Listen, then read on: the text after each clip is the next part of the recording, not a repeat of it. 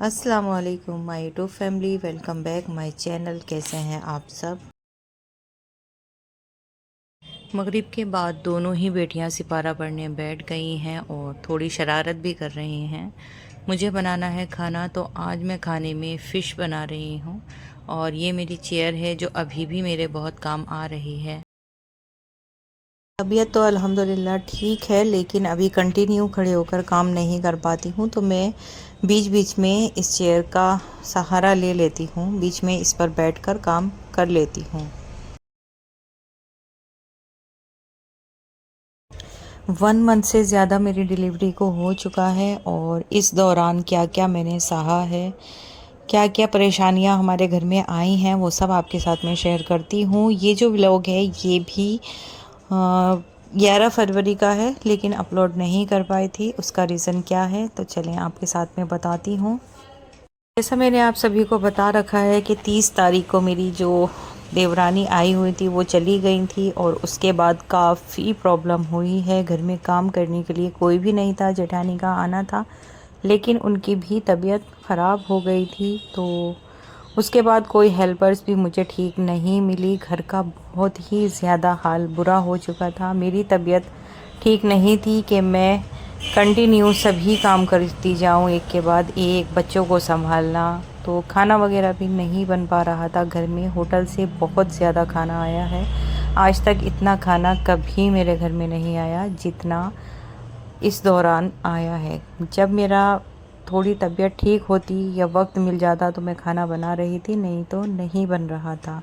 और साफ़ सफाई भी ऐसे नहीं हो पा रही थी। घर का बहुत ही ज़्यादा, आप समझ सकते हैं कि जब मेन बंदा करने वाला ही पड़ जाए तो क्या हाल होता है घर का। फिर उस पर हुआ ये कि बच्चों की तबीयत ख़राब हो गई मौसम की चेंजिंग के कारण, और मेरे बच्चों पर ध्यान नहीं दे पा रही थी। तो किन्ज़ा, अनाबिया, जुनेशा एंड इनके पापा सभी की घर में तबीयत ठीक नहीं थी। सबको फीवर, कोल्ड एंड कफ़ लगा हुआ था और बहुत ही ज़्यादा हालात घर के बेकार हो चुके थे। ससुराल से कंटिन्यू फ़ोन सभी के आते रहते थे, लेकिन कोई भी ऐसा नहीं था जो आ सकता था। फिर जेठानी की ही तबीयत ठीक हुई है, तो वो आई थी तकरीबन 15 या 16 तारीख में। तो उन्होंने आकर काम संभाला था, लेकिन तबीयत उनकी भी पूरी तरह से ठीक नहीं थी और जितना भी मुझसे होता था मैं कर रही थी, कुछ वो करती थी, लेकिन कोई भी मज़ेदारी घर में नहीं आ रही थी। फिर उसके बाद हमारी देवरानी आई हैं, सबसे छोटी देवरानी, तो उनके भी ऑपरेशन से अभी बेबी हुआ है। मेरे ही साथ में हुआ है, सिर्फ 15 डेज़ का फ़र्क था। तो उनके बेबी को कुछ प्रॉब्लम है, उसको दिखाने के लिए उनको दिल्ली इमरजेंसी में आना था, तो वो आई हुई थी।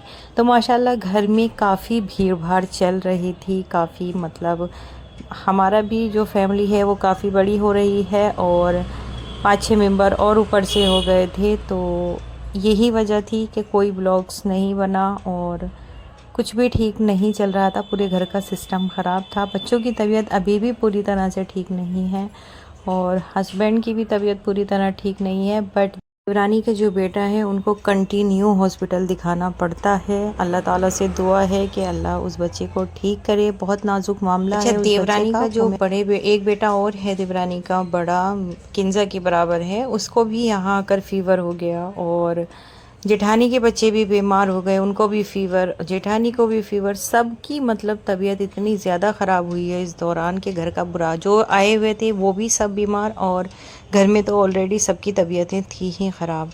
तो इस तरह से पूरे घर का जो माहौल था वो चेंज हो चुका था और ससुर जी की भी तबीयत ख़राब, वो मौसम की चेंजिंग के कारण था या क्या था समझ नहीं आया। एक के बाद एक के बाद एक कंटिन्यू सभी की तबीयतें ख़राब हुई हैं। तो आज जेठानी अपने घर चली गई हैं बच्चों को लेकर, जब तबीयत थोड़ी उनकी संभल गई है। बट देवरानी अभी यहीं हैं और हॉस्पिटल गई हुई हैं। हस्बैंड और वो दोनों हॉस्पिटल गए हैं अपने बच्चे को दिखाने। अच्छा, एक हेल्पर्स को तो मैंने हटा दिया था और फिर जो वो दूसरी रखी थी हेल्पर्स, उसका भी काम मुझे बिल्कुल अच्छा नहीं लगा। मुझे समझ में ही नहीं आ रहा था कि वो करके क्या जाती है। लगता ही नहीं था कि उसने कुछ काम किया भी है या नहीं किया है। तो फिर मैंने गुस्से में उसको भी हटा दिया था। उसके बाद और ज़्यादा प्रॉब्लम घर में शुरू हो गई। फिर ये सोचा कि जो भी वो कर रही थी कर ही रही थी, बेवकूफ़ी की थी उसको हटाकर। लेकिन फिर जब जेठानी आ गई तो फिर थोड़ा घर में संभाल पैदा हो गया था, खाना वगैरह बनने लगा था, घर की साफ़ सफाई हो रही थी। तो इस तरह से ये 1 मंथ गुज़रा है। बहुत ही ज़्यादा, एक तो तबीयतें ख़राब, फिर ऊपर से जो आए हुए थे उनकी भी तबीयतें ख़राब, काम करने वाला कोई भी नहीं बचा घर में। तो यहाँ देखिए ससुर जी लिए बैठे हैं छोटी बेटी को अपने साथ में।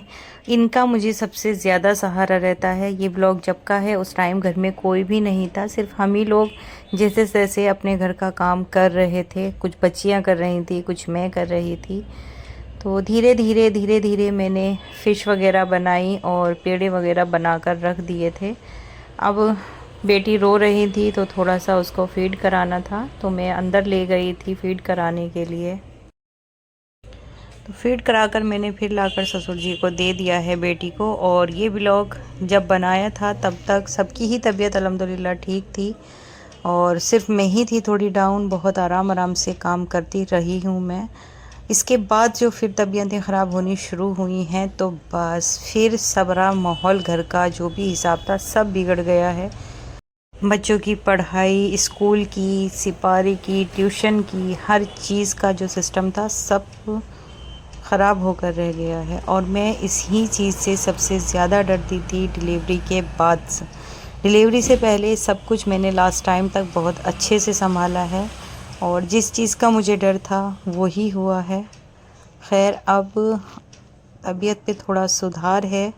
रमज़ान भी शुरू होने वाले हैं और अभी घर की कोई ऐसी साफ़ सफाई भी मैं नहीं कर पाई हूँ तबीयत के कारण ही और टाइम के कारण ही। तो अब एक हेल्पर और आई हैं जिनसे बात की है, तो देखते हैं उनका काम कैसा है। और वैसे तो वो उन दोनों से ठीक लग रही है जो अब से पहले रहकर गई हैं। सच कहते हैं लोग कि हेल्पर्स भी किस्मत से ही ठीक ठाक मिलती हैं।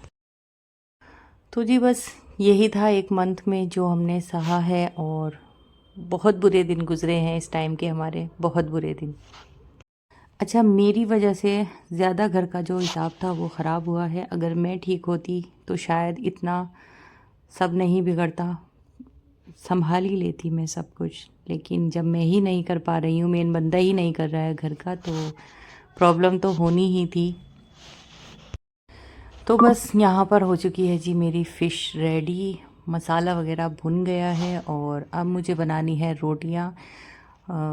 छोटी बेटी उठे इससे पहले, क्योंकि बीच बीच में उसका जो काम है वो बहुत ज़्यादा रहता है, कभी टॉयलेट, कभी बाथरूम, कभी फ़ीड कराना। तो इसलिए मैं जल्दी जल्दी काम कर रही थी और कोशिश यही करती हूँ कि जल्द से जल्द काम करूँ, लेकिन अभी नहीं कर पाती हूँ काम।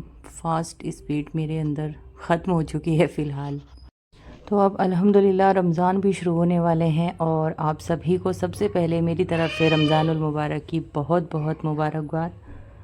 और इंशाल्लाह आपके साथ में अपने रमज़ान का जो भी रूटीन होगा वो आपके साथ पूरी कोशिश करूँगी शेयर करने की। तो जो भी रमज़ान की क्लीनिंग थी, साफ़ सफाई थी, वो भी मैं कुछ नहीं कर पाई हूँ, तो वो भी आपके साथ में शेयर करनी बाकी है। तो बस ब्लॉग का करते हैं यहीं एंड, मिलते हैं इंशाल्लाह एक और ब्लॉग के साथ। जब तक के लिए दुआओं में याद रखिए। अल्लाह हाफिज़।